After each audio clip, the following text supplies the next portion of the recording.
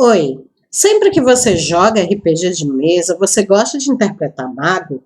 Você é criativo e adora inventar magias novas, mas já está meio saturado daqueles velhos elementalistas de fogo, terra, água, ar. Está em busca de algo diferente, inovador? Você não pode então deixar de conhecer os caminhos arcanos da vida de Daimon. No sistema Daimon existe um caminho de vários caminhos de magia, diferente daqueles tradicionais que você encontra na maioria dos jogos de RPG. E os caminhos arcanos da vida, eles estão relacionados a magias xamânicas, druidas, aquelas magias que tiram o seu poder de tudo que é vivo. Ficou interessado? Pois fica aqui, que depois da vinheta nós vamos falar sobre os caminhos arcanos da vida no sistema Daimon. Eu volto já.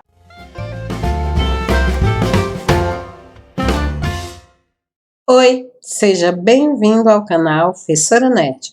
Eu sou Francinete Coutinho e este é mais um vídeo para o quadro Os Dados do Mestre. Neste quadro, eu costumo falar a respeito de sistemas de RPG. Eu falo sobre a mecânica, sobre as regras e tudo mais que é necessário para aqueles que estão querendo narrar nesse sistema. Hoje, nós vamos dar sequência ao estudo do sistema Daimon, um sistema brasileiro, né, que foi editado aqui no Brasil pela editora Daimon, né, escrito por Marcelo Deldébrio e Norson Butrio.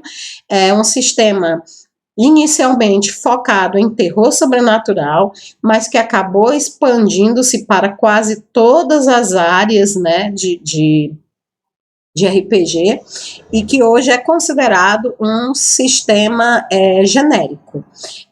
Esse não é o nosso primeiro vídeo falando a respeito do sistema Daimon, eu fiz vários outros falando a respeito de como criar personagem, falando a respeito das regras básicas, combates, né, dos testes, eu falei a respeito dos pontos de fé e de outros mecanismos próprios desse sistema. Se você tem interesse em ver esses vídeos, eu deixei um link aqui no card, é só depois que assistir esse vídeo você correr lá e dar uma acessada no meu canal e assim você vai conhecer todo o trabalho que eu tenho lá sobre esse sistema incrível. Nós vamos dar sequência hoje à parte do sistema em que nós estamos estudando as regras de magia. As regras de magia em Daimon, elas são bem, como é que eu posso dizer, diferentes da maioria dos outros sistemas, né? Então ele tem um sistema de magia bastante inovador e diferente. Se você está realmente interessado, assim, em fazer magia de uma forma diferente, o sistema Daimon eu recomendo, porque é muito versátil nessa área da magia. O negócio é tão amplo que eu dividi o estudo da magia em 3 áreas. Na primeira parte eu falei a respeito da mitologia que envolve, né, a mecânica de magia em Daimon. Falei a respeito da Cabala, da Roda dos Mundos, dos Sephiroth, formas de pensamento, falamos sobre caminhos e também falamos sobre formas de magia, né? E tudo isso eu vou deixar aqui no card, é só você correr lá e ver essa primeira parte, se não me engano foi uns 2 ou 3 vídeos falando sobre isso. Na segunda parte eu falei sobre as regras de magia propriamente dita, como conjurar, como aumentar dano, como realizar defesa mágica, como paralisar, né? Enfim, tudo que é necessário para um mago, né, ou para um narrador que pretende utilizar magia nas suas campanhas. E mais uma vez, no card, é só correr lá e conferir. Esse vídeo, ele faz parte da terceira etapa. Na terceira etapa, eu estou falando a respeito do funcionamento da magia, né, das formas de caminho, né, e das formas e caminhos de magia em Daimon. A gente já teve alguns vídeos, né, e esse não é o primeiro vídeo, mas também tem um link aqui, e cada vídeo dessa terceira parte também ele pode ser assistido separadamente, você não precisa necessariamente ter assistido os outros vídeos para poder compreender esse vídeo de hoje, tá? Então você pode assistir esse vídeo, ver se a magia em Daimo te interessa, e aí depois você dá uma olhadinha lá na playlist, tá ok? A magia em Daimo, ela funciona sobre digamos assim, dois pilares, as formas e os caminhos. As formas, elas seriam a magia propriamente pura, a essência da magia, né? Então, existe a forma criar, a forma controlar e a forma entender, tá? Essas são as 3 formas de magia. Já os caminhos, elas seriam a parte mais específica, tá? Da magia propriamente dita, seria aquilo que vai ser manipulado, né? O elemento que vai ser manipulado. E aí, nessa parte, existem em Daimo 10 caminhos, e eles são divididos em grandes grupos, né? Existe o grupo dos caminhos elementais, que a gente já estudou em vídeos anteriores, é só conferir no card. Nos caminhos elementais, nós temos o caminho do fogo, da água, da terra, do ar, da luz e das trevas. E os caminhos elementais são aqueles caminhos que são aqueles magos, né, os magos elementais são aqueles magos que eles retiram a sua magia dos elementos da natureza. Então eles pegam a sua energia mística, o seu poder místico, da manipulação dos elementos da natureza. Por isso são chamados magos elementais ou caminho elemental da magia, né? Para mais detalhes sobre isso, assiste lá os vídeos do elemento que você acha interessante, tem muita coisa legal. Hoje nós vamos iniciar o segundo grupo, tá? O segundo grupo são os magos do caminho arcano da vida. Então, o caminho arcano da vida, ele é mais voltado para a área dos xamãs, para a área dos druidas, né? Porque esse tipo de mago, eles retiram a sua magia da vida, do que é vivo. Então, o caminho arcano da vida, né, ele é dividido em 3, né, ele é composto por 3 caminhos, que é o caminho das plantas, o caminho dos animais e o caminho dos humanos, tá? Hoje nós vamos falar a respeito do caminho do caminho das plantas, mas futuramente a gente vai ver os animais, a gente vai ver também os humanos, tá? E por último, nós temos os caminhos arcanos negros, né? Que são aquele pessoal que lida com magia de conjuração, né? Magia de outros planos de existência, digamos assim. A gente tem o espírito, né? Que cuida do fantasmas, mortos, né? Os espíritos em geral, e o caminho de demônios ou caminho de arcano, que é aquele que tira o seu poder de pactos com demônios ou seres de outros, né, de outros mundos. Lembrando, tá, gente, que isso aqui é só RPG de mesa, interpretação de personagem, tá? Tudo isso aqui só serve para você criar boas histórias de terror, tá bom? Então, nada de ficar por aí pensando que isso aqui dá para fazer magia com isso aqui, né? Eu sei que a grande maioria das pessoas que me assistem, né, 99,9% tem bom senso, mas sabe-se lá, né, nunca é demais avisar, né, então é só para criar história, tá, gente, somente para isso. Nós vamos então dar sequência, iniciando o estudo do caminho das plantas. Quer aprender como usar as plantas para invocar magia na sua mesa de RPG? Então vem comigo. Então, pessoal, como eu fiz nos vídeos anteriores, né, a gente vai dividir os caminhos, né, de acordo com as formas. Então, a gente vai trabalhar com plantas. Inicialmente, a gente vai trabalhar entender plantas, depois criar plantas e, por último, controlar plantas, tá? E dentro de cada uma das formas, a gente vai trabalhar os círculos, né, que seriam como se fossem os níveis de poder, né? Então, a gente vai do primeiro até o 5º círculo em cada uma das formas. Por que do primeiro ao 5º? Porque é o máximo que um jogador iniciante pode ter, é o 5º círculo, tá? Em um caminho, né?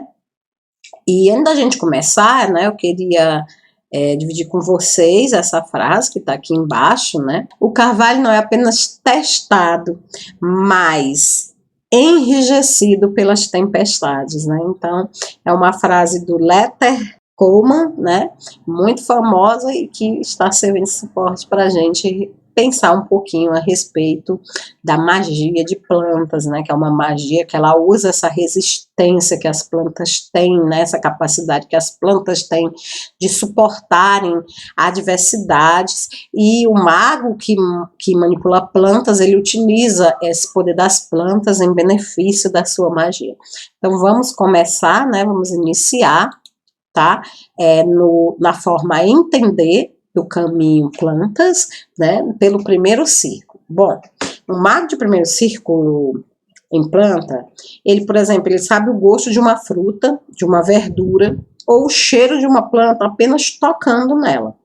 Ele também tem a capacidade de sentir uma propriedade da planta, sabe? Ou seja, saber se ela é venenosa, se ela é medicinal, se ela é aromática, apenas ao tocar. Então, apenas em tocar na planta, ele é capaz de saber tudo isso. Ele também sabe com exatidão que tipo de planta, né, ele está tocando, tá? Então, mas para esse caso também vai depender assim do fetiche que ele estiver utilizando, tá? Ele toca na planta, ele sabe, isso aqui é uma aloe vera, isso aqui é um carvalho, isso aqui é um pinheiro, tá? Apenas pelo toque. Ele também seleciona, né? Ao tocar, ele consegue selecionar entre um punhado de semente os grãos mais resistentes, né? Os grãos melhores, mais eficientes. E isso você deve estar pensando, iria ajudar bastante se o mago em questão fosse um agricultor, né? Mas também você tem que levar em mente que alguns rituais de magia, algumas magias, né?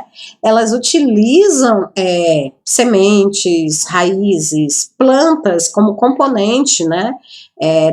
Dessas magias. Então, ser capaz de reconhecer as plantas, que muitas vezes são bem parecidas, né? Mas têm propriedades diferentes apenas pelo toque, é bastante útil para um mago, né? O narrador pode, inclusive, utilizar isso, explorar isso, né, na sua campanha, tá?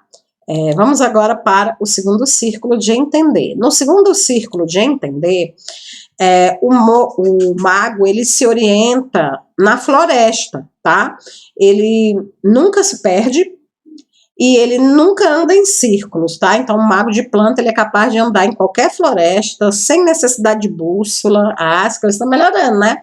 Sem necessidade de mapa, tá? Porque ele simplesmente nunca se perde dentro da floresta, tá? Ele também consegue saber intuitivamente como se aproveitar melhor de uma área da floresta, né? Sem causar dano ao meio ambiente. Então, de certa forma, ele sabe onde derribar, ele sabe onde construir, né? Onde construir uma cabana, animais que ele pode ou que ele não pode se alimentar. Então, ele tem, assim, uma comunhão com o ecossistema, né, da floresta, e ele é capaz de discernir isso com uma certa perfeição, tá? Ele também possui conhecimento sobre ervas medicinais, chás alucinógenos, né, que podem auxiliar ele em viagens astrais, podem auxiliar eles também, assim, ter esse contato, né, com outras entidades. Por exemplo, alguns magos, eles costumam ter mais de um caminho. Então, um mago de espírito, que também fosse mago de plantas, ele poderia utilizar essas plantas alucinógenas para poder projetar-se para o plano espiritual e assim ter um contato maior com os seres que vivem lá, né? E ele também é capaz de identificar qualquer espécie de planta, né? Tocando ou não nela, tá? No primeiro círculo ele precisava tocar. Agora, só em olhar, ele é capaz. E outra coisa, gente, o mago de plantas, como foi dito aqui, ele é capaz de identificar as habilidades, né, da planta, né? Como é que se chama? As habilidades medicinais. E ele não precisa ter herbalismo na ficha, tá? Ele faz isso simplesmente por conhecimento místico, não tem nada a ver com estudo ou aprendizado, tá? Então é interessante frisar isso. No círculo 3, né, ele consegue encontrar um determinado tipo de planta que ele procura em uma floresta. Então, vamos imaginar que ele precise, né, de uma determinada planta para fazer um antídoto, né, ou para ser utilizado como parte de um ritual. Então, ele no terceiro ciclo ele já é capaz de identificar onde essa planta está, até mesmo dentro de uma floresta. Ele também transmite sinais, né? A floresta também transmite sinais para o mago de onde estará a planta que ele possui. Então, se ele não estiver encontrando, ele pode perguntar, né, à floresta, e a floresta vai responder, claro, não com palavras, mas através de sinais, a possível localização da planta. Ele consegue perceber diferença nas plantas dentro de um círculo de 10 metros. Então, uma planta até 10 metros de distância dele, ele consegue reconhecer que aquela planta é uma planta X e não uma planta Y, mesmo que as plantas sejam muito parecidas, né, como algumas realmente são. E ele consegue desenvolver também LX, fragrâncias, remédios ou até mesmo poções mundanas, né, bebidas a partir de ervas e plantas, sem precisar ter estudado, sem precisar, né, ter nenhum conhecimento, nenhuma perícia nisso, tá? No quarto círculo, ele é capaz de conversar e entender plantas e aves. Agora sim, claro, as pessoas ao redor dele não, mas ele telepaticamente consegue conversar com as plantas, ele consegue ouvir, como se ele conseguisse ouvir, digamos assim, o pensamento das plantas, né? Se as plantas tivessem pensamento, né? Então ele consegue se comunicar com elas, tá? Ele também consegue se movimentar em chão limoso, né? Chão onde tenha limo, né? Onde tenha chãos escorregadios sem escorregar, sem cair. Então, é outra habilidade também. Outra coisa que eu esqueci de dizer, né, é que quando o mago ele se comunica com a planta, né, quando ele consegue conversar, né, com a planta, ele tem que levar em consideração a natureza, né, das plantas, né. Algumas delas têm problema em narrar ações, né, que impliquem movimento, porque como elas não se movimentam, né, elas são sempre fixas, né, ao solo. Então, se a ação que o mago perguntar para ela envolver movimentos assim, as descrições dela não serão muito precisas. Então, vai requerer do mago assim, uma habilidade de interpretar aquilo que a planta está dizendo para ele, né? Já no quinto círculo, né, ele saberá localizar de forma exata um tipo de madeira ou planta próxima a ele, tá? Isso inclui, inclusive, sentir flechas e outros objetos feitos de madeira que sejam arremessados contra ele. Então, se alguém atacar, né, um mago de plantas, com quinto círculo a entender, ele é capaz de sentir a aproximação dos projéteis de madeira, tá? Com exceção do visgo, né, esses objetos, com exceção do visgo, eles podem ser convencidos, tá?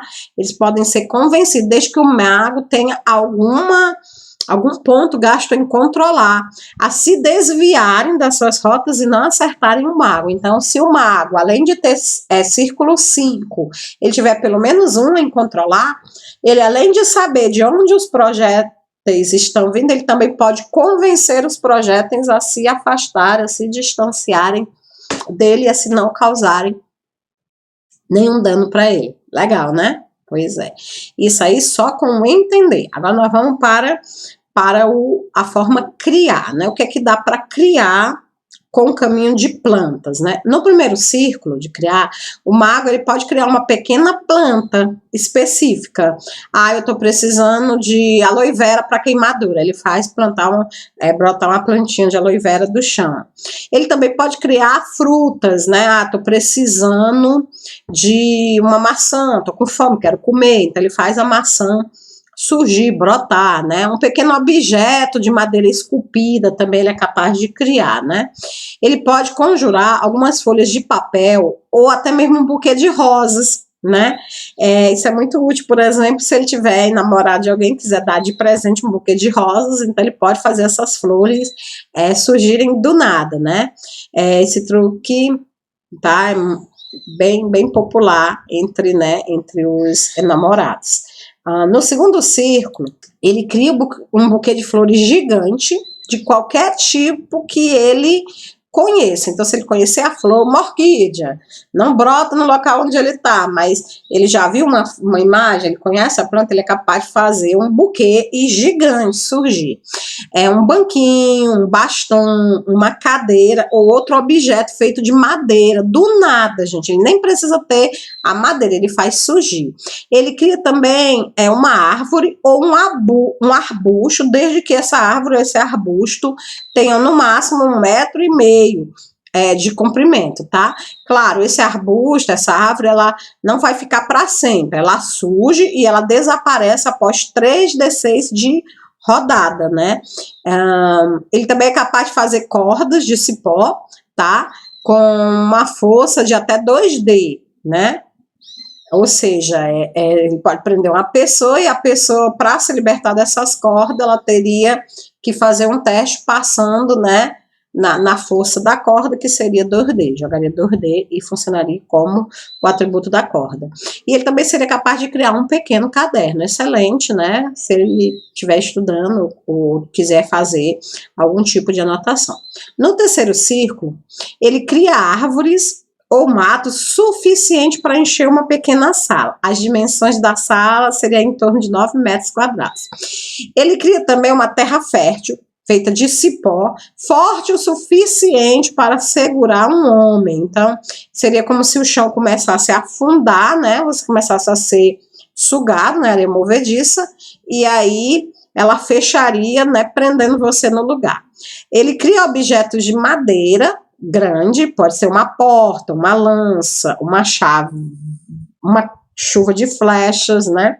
E cobre uma pequena superfície com vegetais escorregadios, né? Com limo. Então, ele também pode criar usar isso como uma pequena armadilha, né? Ele quer derrubar um alvo, quer, né, prejudicar alguém que esteja fugindo. Então, essa magia, já no terceiro círculo, de criar, pode ser bastante útil. No quarto círculo, ele cria uma muralha de espinhos. Essa muralha pode ter até 2 metros de altura por 5 de largura. Ele pode criar também uma árvore com o dobro do tamanho que tinha no terceiro círculo, ou seja, até 3 metros, né? Ou então um cesto cheio de fruta, o que seria bastante útil caso, né, esteja viajando em grupo e eles estejam sem alimento. Ele também cria uma barreira de lanças capaz de segurar uma cavalaria. Isso mesmo, uma cavalaria. E cria objetos de madeira com até 200 quilos. Então, já é um mago extremamente poderoso. E no quinto círculo, ele cria barreiras de espinhos, lanças naturais, né, ou até mesmo plantas venenosas, faz elas surgirem do nada. Ele pode criar, inclusive, uma gigantesca Venus flytrap, né, que é uma espécie de planta carnívora, que nesse caso aqui ela chegaria até 2 metros de altura, né? Ele cobre também uma superfície grande com limo escorregadio. Ele cria uma árvore gigantesca, como um pinheiro ou uma grande macieira, tá?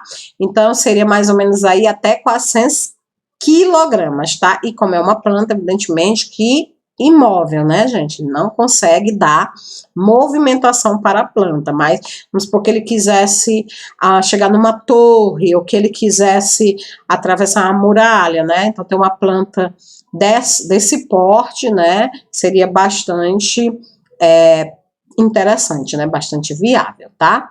E por último, nós temos o círculo, né, de controlar, que é a última forma, né, do caminho de plantas. Os círculos de controlar são extremamente poderosos também. Logo no primeiro círculo, o mago ele é capaz de mudar a cor, a forma ou o cheiro de uma flor, fruto ou outra planta. Isso seria bastante interessante se ele estiver tentando enganar uma pessoa, esconder, né, uma fruta, uma planta, ou mesmo fazer com que alguém se confunda e pegue uma planta venenosa pensando que é uma planta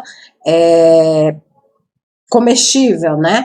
Ele também transforma um cajado planta ou arbusto em outra espécie, né? A famosa magia de transformar o cajado em cobra, transformar o cajado em um gato, em uma ave, tá? Em uma outra espécie, né? Quando ele faz isso, ele muda completamente a forma, né? A criatura muda completamente a sua forma. Ele também pode criar espinhos afiados, como navalhas, tá? Em qualquer superfície de madeira que ele toque. Então, tem uma porta, ele toca na porta, de repente vão surgir espinhos afiados na porta. Ele toca numa clava de madeira comum e a clava vira uma clava espinhenta, né? Então, isso apenas com o círculo 1, o mago já é capaz de fazer isso. No círculo 2, ele pode endurecer ou amolecer o caule e raízes de uma planta. Tá? Ele pode também fazer um arbusto se mover ou um galho sacudir. Então, o cara está lá em cima da árvore tentando, né, se esconder e ele faz o galho sacudir e a pessoa cair. E também muda a forma, cor ou textura de qualquer árvore, desde que essa árvore tenha até 1,5 metro de altura. E ele deixa uma folha de papel com a resistência de madeira. Então, veja que ele já consegue modificar a resistência, né? Agora começou com a folha de papel chegando na madeira, mas mais lá para frente ele vai ser capaz de transformar num escudo. Então, veja que já no segundo círculo, a magia de controlar planta já mostra que é uma magia bastante de proteção, uma magia de resistência, né? No terceiro nível de controlar, ele pode fazer um objeto de madeira contorcer-se, dobrar-se ou mesmo partir-se. Então, o cara vai te atacar com uma lança de madeira e você faz a lança quebrar, se partir, né? Ou então você toca e ela se dobra, né? Então, você também pode fazer uma árvore se mover, seguindo as ordens do mago, tá? Então, você manda a árvore mudar de local e ela se move. Desviar de flechas, né? Com o terceiro círculo em controlar, as flechas já não te atacam mais, você é capaz de fazer, você é capaz de se desviar delas, e também é capaz de arrebentar trancas, cadeados e dobradiças de portas de madeira, tá? Mas só vale para as portas de madeira, tá bom? No quarto círculo, você pode fazer uma corda de vime se transformar em madeira de lei.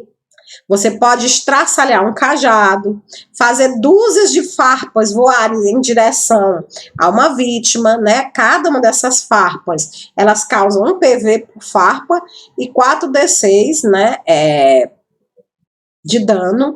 E você pode deixar também o tronco de uma árvore tão resistente quanto o ferro, ou então mole quanto massa de modelagem. A pessoa, você troca numa árvore, ela fica tão mole que parece massa de modelar, tá? Então, isso aí já no quarto círculo. Caminhando para o quinto círculo, que é o último círculo, né, de controlar.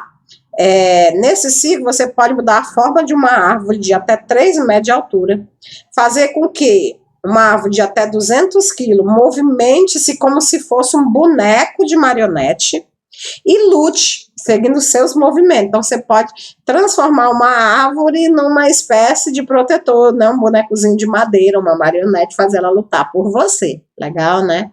E você também pode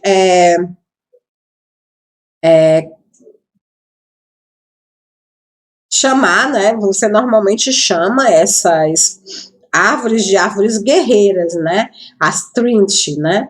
E para fazer isso, no entanto, é claro que isso tem um preço, né? E o preço é a concentração do mago. Então, enquanto o mago estiver fazendo as árvores lutar por ele, ele não poderá fazer nenhum outro tipo de magia, nenhum outro tipo de ação, né? Ele terá que ficar apenas concentrado para que as plantas possam lutar de forma adequada. Então, gostou do caminho arcano da vida plantas? Está interessado em fazer um personagem que tenha poderes, né, místicos envolvendo as plantas? Muito bem. Então, é inegável assim, a comunhão que esse tipo de mago tem com a natureza, né? Ele precisa ter também um código de ética que respeite a sua ligação com a natureza, né? para que ele possa, assim, extrair poder das plantas, né? Então, normalmente são druidas, são xamãs que se dedicam a esse tipo de magia, né? Pessoas que normalmente abrem mão do seu convívio com a sociedade para viver em florestas, né? Em locais naturais, mas não necessariamente. Você pode viver numa cidade e ainda assim estudar o caminho de plantas, só que aí você não terá matéria-prima assim suficiente para você utilizar os seus poderes, né? Se você ver os meus vídeos anteriores, você viu que no final de cada caminho elemental, a gente mostrava as chamadas magias secundárias. E o que eram as magias secundárias? Era quando a pessoa, né, casava dois elementos, por exemplo, fogo e terra, luz e água, né? Então havia essa coisa. Nos caminhos arcanos da vida, isso não acontece, não há magias secundárias, tá? Então não dá, por exemplo, eu juntar plantas e animais e fazer um terceiro estilo de magia. Não, eu até posso controlar plantas e controlar animais. O que eu não posso é fundir as duas, como acontecia nos caminhos elementais. Nos caminhos elementais, quando eu tenho aqui, por exemplo, fogo e terra, então eu tenho um mago que ele pode atacar só com fogo, ele pode atacar só com terra, ou ele pode fundir as duas, fogo e terra, e atacar com magma. Isso nos caminhos arcanos da vida não acontece, tá bom? Eu trouxe aqui como um extra para vocês nesse vídeo o nome de algumas plantas, tá bom? Que elas são conhecidas por serem plantas místicas, então elas são muito utilizadas em rituais de magia, né? E aí eu queria falar um pouquinho a respeito delas, tá?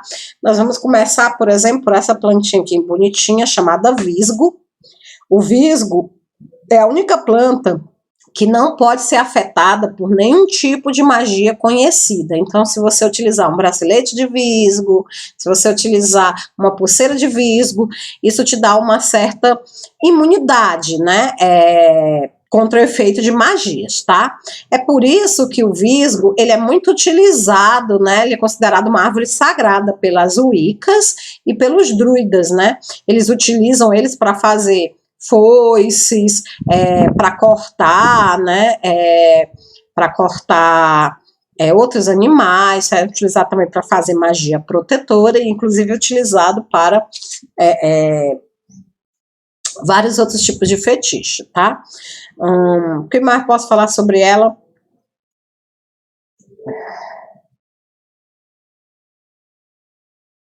É que o visgo, né, ele foi esquecido pelos deuses da magia e se tornou literalmente imune a qualquer tipo de ritual, exceto, né, os rituais de magia Wicca. Então, as wiccanas, né, as bruxas, elas são as únicas que conseguem extrair magia do visgo, tá? Outra planta muito interessante é o lótus, né? O lótus, ele foi estudado pelos sacerdotes da seita, da ordem de Ísis e Osíris, né, que era uma ordem que atuava no Antigo Egito, tá bom? E lá ele era utilizado em rituais que facilitavam a percepção astral, né, ou seja, facilitavam magias que envolvessem o círculo entender de espírito, ou seja, ele também era utilizado para controlar os espíritos. Então, o lótus ele era utilizado tanto para você saber se um espírito é do bem, se um espírito era do mal, como também utilizado para convencer esse espírito, para controlar esse espírito em seu benefício, ou seja, convencer o espírito a realizar ações para você, né? E havia também outras magias relacionadas, né, com o espírito e com os planos de espírito e de paradísia que envolviam, né, a utilização do lótus nos seus rituais, tá? Ele também fazia muito sucesso, além de com os egípcios, também com os hindus, tá tudo bem? Esse aqui, eu imagino que você nem imaginou, né? O visgo e o lótus, tudo bem, a gente já conhece como sendo plantas, assim, meio místicas, né? Mas o milho, eu acredito que você ficou surpreso, como eu fiquei a primeira vez que eu ouvi falar que o milho, ele também é considerado uma planta mística. O milho, ele foi sempre um símbolo de vida. Para quem? Para os astecas, os maias e os incas. Isso, aquele povo, né, pré-histórico, né, que vivia na América antes da chegada dos colonizadores. Então, esses três impérios, os astecas, os maias, os incas, eles utilizavam o milho como um símbolo de vida, né?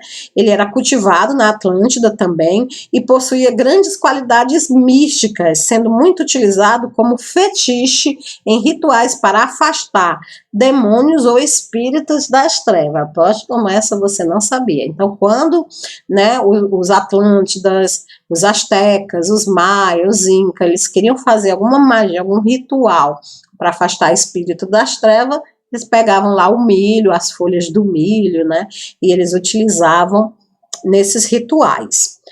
Tem mais? Tem. Nós temos aqui, por exemplo, a verbena, né? A verbena é considerada como a planta da noite, né? Ela é muito utilizada em poções e venenos místicos.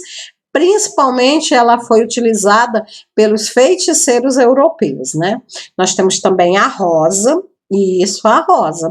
As rosas vermelhas, né, e o espinheiro, principalmente, são usados em rituais de proteção contra lobisomem e vricolaca. Pois é, aposto, mas você também não sabia, tá? Então, se você quer se proteger contra vricolacas ou lobisomem, rosas vermelhas ou espinheiras, né? As brancas, no entanto, elas fazem o mesmo efeito em relação a espírito. Então, uma rosa branca na lapela ou uma coroa de rosas brancas no cabelo, elas podem te proteger contra o avanço, né, de espíritos. E também as rosas, né, de outras cores, elas podem ter efeitos isolados, né, e casuais, ou seja, depende do tipo de criatura, né? Dependendo do tipo de criatura, cada cor vai causar um efeito isolado, tá certo? Então, muito legal, né? Temos também uma outra planta aqui que ninguém na certa imaginava, o tabaco. O tabaco, de onde é tirado o fumo para fazer os cigarros. O tabaco também é considerado uma planta mística, né? Ele foi muito tempo utilizado na forma de charuto, né? Que é quando você enrolava no papelzinho e fumava, né? Muito usado, principalmente por necromantes e por azima, que são os bruxos africanos, né?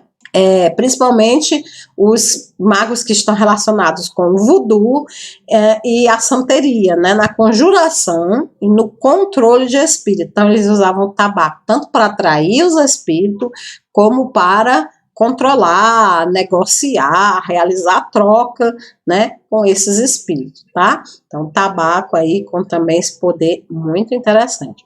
E por último, mas não é a última planta mística, a última que eu trouxe para vocês, tá? Nós temos aqui a vinha, isso mesmo, as árvores, né, de onde nascem a uva, né? A uva que é a fonte do vinho. Então, a vinha não deveria ser a surpresa para vocês, né? Afinal de contas, todo mundo sabe dos efeitos sagrados, né, do vinho, né? Ele era muito respeitada, né? A vinha, ela era muito respeitada em honra ao culto do deus Baco, né, que era o deus do vinho, e elas são consideradas sagradas também na Arcádia e em todas as regiões com alguma influência das fadas. Então, onde a fada, as vinhas, elas são consideradas como plantas sagradas, né, que podem ser utilizadas inclusive para trocas, né, e para trazer também benefícios para o mago. Então, espero que vocês tenham gostado dessas plantas que eu trouxe para vocês. Se você ficou curioso, dá uma pesquisadazinha aí na internet, você vai achar várias outras plantas místicas interessantes, e se achar alguma que eu não coloquei aqui, coloca aí embaixo nas descrições, que eu vou adorar conhecer mais plantas místicas. Então, conto com vocês para me ampliar também, né, o meu leque de informação a respeito desse assunto. Então é isso aí, gente, espero que vocês tenham gostado do caminho arcano das plantas, espero que ele possa inspirar vocês na criação dos seus personagens. Se você é narrador, espero que tenha lhe ajudado a ter uma visão ampla de como você pode utilizar o caminho das plantas, tanto para os seus NPCs, como também como você pode incentivar os seus jogadores, como você pode desafiar os seus jogadores através da magia de plantas. Então é isso aí. Vamos encerrar esse vídeo aqui, mas eu volto, prometo, falando a respeito do próximo caminho arcano da vida, que é o caminho dos animais. Então, se você não quer perder esse vídeo, não deixa de se inscrever se não for inscrito e ativar o sininho para você poder receber o próximo vídeo. E se você já é inscrito, muito obrigada pelo carinho, muito obrigada pela confiança, curte, compartilha, leva esse vídeo para outros jogadores de RPG, para que cada vez mais as pessoas possam utilizar esse conhecimento. E mesmo você que não joga Daimon, né, esse conhecimento sobre magia, essas ideias, elas podem serem bastante úteis na sua mesa de RPG. Então é isso daí. Obrigada, fica com Deus e até o nosso próximo encontro.